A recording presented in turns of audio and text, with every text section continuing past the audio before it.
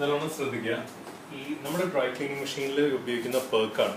ഈ പേർക്ക് എന്ന് പറയുന്നത് വളരെ അഗ്രസീവ് ആയിട്ടുള്ള ഒരു സോൾവെന്റ് ആണ്. അത് ചൂട് കൂടുമ്പോൾ അത് സിൽക്കിന്റെ സാരീസിന്റെ ഒക്കെ കളർ ഫെയ്ഡ് ചെയ്യും.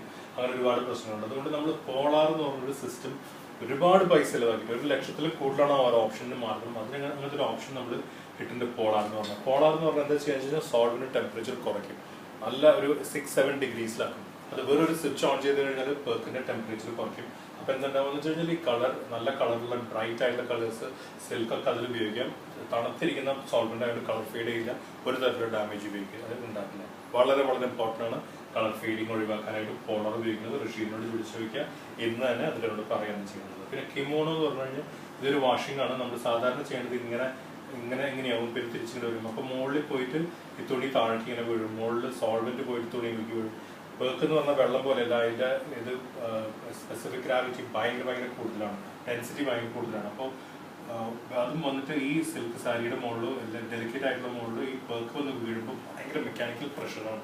അപ്പൊ അതുകൊണ്ടും ഈ കളർ ഫെയ്ഡ് ആവാൻ നല്ല ചാൻസ് ഉണ്ട്. കിമോണോ എന്ന് പറഞ്ഞു കഴിഞ്ഞാൽ ഇതുവരെ വരും, പിന്നെ തിരിച്ചു വരും, ഫുള്ളായിട്ട് റൊട്ടേറ്റ് ചെയ്യില്ല. 270 ഡിഗ്രീസിൽ വെക്കും. പിന്നെ 5 സെക്കൻഡ് വാഷ് ചെയ്ത് കഴിഞ്ഞ് കഴിഞ്ഞാൽ ഒരു 15 സെക്കൻഡ് വെറും സ്റ്റില്ലായിട്ട് നിൽക്കും. അത് വളരെ ഇമ്പോർട്ടൻ്റ് ആണ് ഡെലിക്കേറ്റ്സ് ഹാൻഡിൽ ചെയ്യാൻ, അല്ലെങ്കിൽ ഡാമേജ് വളരെ കൂടും. പിന്നെ ഈ സാരിയുടെ നമുക്ക് മാത്രമുള്ള ഒരു പ്രത്യേകത ഉണ്ട്. ഇപ്പൊ ജാഫർ കൊണ്ടുവന്ന മെഷീൻ എന്ന് പറയുന്നത് ഇങ്ങനത്തെ ഒരു മെഷീനായിരുന്നു. അതിൽ ഇങ്ങനെയൊക്കെ ചെയ്യണമായിരുന്നു. കാരണം എന്തുകൊണ്ടാണ് ഒരാൾക്ക് ഒരു ഹൈറ്റിൽ നിന്ന് ചെയ്യാൻ അത്രേ പറ്റുള്ളൂ. അതുകൊണ്ടാണ് അത്ര കോംപ്ലിക്കേറ്റഡ് ആയിട്ട് ചെയ്തത്. നമുക്ക് അതിന്റെ ആവശ്യമില്ല. കാരണം നമുക്ക് ഈ ഡിസ്പാച്ച് ഏരിയയിൽ ഇങ്ങനെ ഇത്ര ഒരു പ്ലാറ്റ്ഫോം ഉണ്ട്. നമുക്ക് ആ പ്ലാറ്റ്ഫോമിന്റെ ഹൈറ്റ് നമ്മുടെ അഡ്വാൻറ്റേജ് ആയിട്ട് ഉപയോഗിക്കാം. അപ്പൊ നമുക്ക് ഇങ്ങനെ നേരെ മുകളിലേക്ക് പണിയാം. ഒരു സാരി ഒരൊറ്റ മടക്കൽ മാത്രം വരുന്ന രീതിയിൽ പണിയാം. അപ്പൊ താഴെയുള്ള ആൾക്ക് താഴെ നിന്ന് ക്ലീൻ ചെയ്യാം, ഒരാൾക്ക് മുകളിൽ നിന്ന് ക്ലീൻ ചെയ്യാം. പിന്നെ അത് മറിച്ചിട്ട് കഴിഞ്ഞാൽ രണ്ട് സൈഡും വളരെ വൃത്തിയായിട്ട് നല്ല സൗകര്യമായിട്ട് ക്ലീൻ ചെയ്യാം. ഈ ഒരു ഡിസൈനിലായിരിക്കണം നമ്മുടെ ഈ സ്ട്രെച്ചിങ് മെഷീൻ ഉപയോഗിക്കുന്നത്. പിന്നെ നമ്മുടെ ഇതിൽ കംപ്രസ്ഡ് എയർ ഉണ്ട്. അതുകൊണ്ട് നമ്മളൊരു സ്പ്രെയർ ഉപയോഗിച്ചിട്ട് താഴത്തിനടിക്കാം, ഒരു സ്പ്രെയർ ഉപയോഗിച്ചിട്ട് മുകളിലടിക്കാം. ഈ കംപ്രസ്ഡ് എയർ ഓട്ടോമാറ്റിക് കണക്ഷൻ വരുന്ന വരെ നമ്മൾ സാധാരണ വാട്ടർ സ്പ്രെയറിനെ ഉപയോഗിച്ചാൽ മതി. അതിനുശേഷം നമുക്ക് ഭാവിയിൽ ഇപ്പൊ തൽക്കാലം നാച്ചുറൽ ഡ്രൈ ചെയ്യാം. ഭാവിയിൽ നമുക്ക് ആ ലിഫ്റ്റ് റൂമിലേക്ക് ഇത് സ്ലൈഡ് ചെയ്ത് കയറ്റിയിട്ട് ഇവിടെ ഒരു സ്റ്റീം കണക്ഷൻ കൊടുത്ത് ഒരു ബാറ്ററി കൊടുത്തിട്ട് ഇവിടെ ഹീറ്റ് ചെയ്യുന്ന രീതിയിലാക്കാം. അങ്ങനെയാണെന്നുണ്ടെങ്കിൽ ഒരു 4-5 സാരി ഒരുമിച്ച് അതിൻ്റെ അകത്തേക്ക് ഇട്ട് ഹീറ്റ് റൂം ഓൺ ആക്കി ഒരു എക്സോസ്റ്റും കൊടുത്തു കഴിഞ്ഞാൽ വളരെ പെട്ടെന്ന് ഡ്രൈ ആയി കിട്ടും. പക്ഷെ അത് ഭാവിയിൽ ഇപ്പൊ ചെയ്യേണ്ടത് ഇതുപോലെയാണ്. ഇത് വളരെ ഇമ്പോർട്ടൻ്റ് ആണ്. ഈ ഡിസൈൻ ഇത്രയും ഹൈറ്റിൽ വേണം നമ്മുടെ സ്ട്രക്ചർ ഉണ്ടാക്കണം. ബിക്കോസ് ഓഫ് ദിസ് അഡ്വാൻറ്റേജ്, നമുക്ക് ഈ അഡ്വാൻറ്റേജ് ഉള്ളതുകൊണ്ട് മാത്രം, ഈ ഹൈറ്റ് ഡിഫറൻസിന്റെ അഡ്വാൻറ്റേജ് ഉള്ളതുകൊണ്ട് മാത്രം. എന്നിട്ട് ചെയ്യുമ്പോൾ ഈ ഹൈറ്റ് ചെയ്യുമ്പോൾ ആദ്യം സാരി ഇവിടെ ലോക്ക് ചെയ്യുക. അതിന് ശേഷം ഈ പൈപ്പിന്റെ മുകളിൽ കൂടി ഇടുക. എന്നിട്ട് രണ്ട് സൈഡ് ഇപ്പോൾ ജെറി പോളിഷ് ചെയ്യുകയാണെങ്കിലൊക്കെ ഇവിടുന്ന് ഇങ്ങനെ ചെയ്തുകൊണ്ടിരിക്കുക ഒരു സർഫസ്.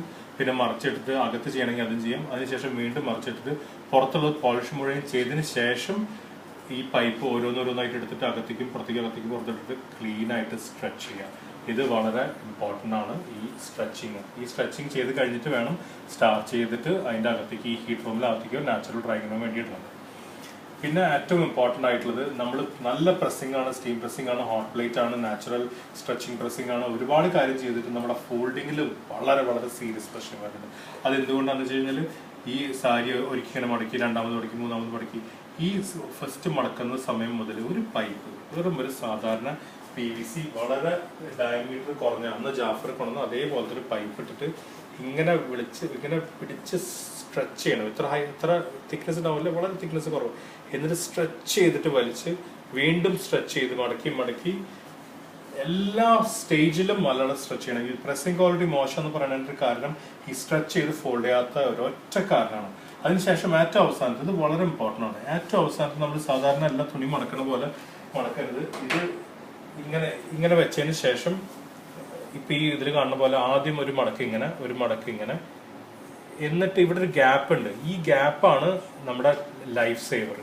ഈ ഗ്യാപ്പിൽ മറ്റേതെന്താ, നമ്മൾ ഇങ്ങനെ മടക്കുമ്പോൾ വീണ്ടും മറ്റേ റിങ്കിൾസ് കൂടാനുള്ള ചാൻസ് ആണ് കൂട്ടിക്കൊണ്ടിരിക്കുന്നത്. ഇങ്ങനെ മടക്കുമ്പോൾ ഒരുപാട് റിങ്കിൾസ് ആയി. അതിന് പകരമാണ് അപ്പൊ അവരന്ന് കാണിച്ചത് പോലെ ഒരു സൈഡ് ഇങ്ങനെ മടക്കുക, പിന്നെ ഒരു സൈഡ് ഇങ്ങനെ മടക്കുക, ആ ഗ്യാപ്പ് ഇടുക, നല്ലോണം ഗ്യാപ്പ് ഇടുക, ആ ഗ്യാപ്പിൽ മടക്കുക. അപ്പോൾ ആ ഒരു സ്ട്രെച്ചിങ് വരും ചെയ്യുമ്പോൾ റിങ്കിൾസ് വരില്ല. പിന്നെ ഇത് ഇതേപോലെ തന്നെ സ്ട്രെച്ച് ചെയ്ത് മടക്കുക, വീണ്ടും സ്ട്രെച്ച് ചെയ്ത് മടക്കുക. അതിനുശേഷം ആണ് നമ്മൾ ടൈ ചെയ്യേണ്ടത്. ഈ ഫോൾഡിങ്ങും വളരെ ഇമ്പോർട്ടൻ്റ് ആണ്. ഫോൾഡിങ് മോശമായതുകൊണ്ട് മാത്രമാണ് പ്രസ്സിങ് മോശമാണെന്നുള്ളത് അവർ പറയുന്നത്. I want to report on this please. കഴിഞ്ഞു.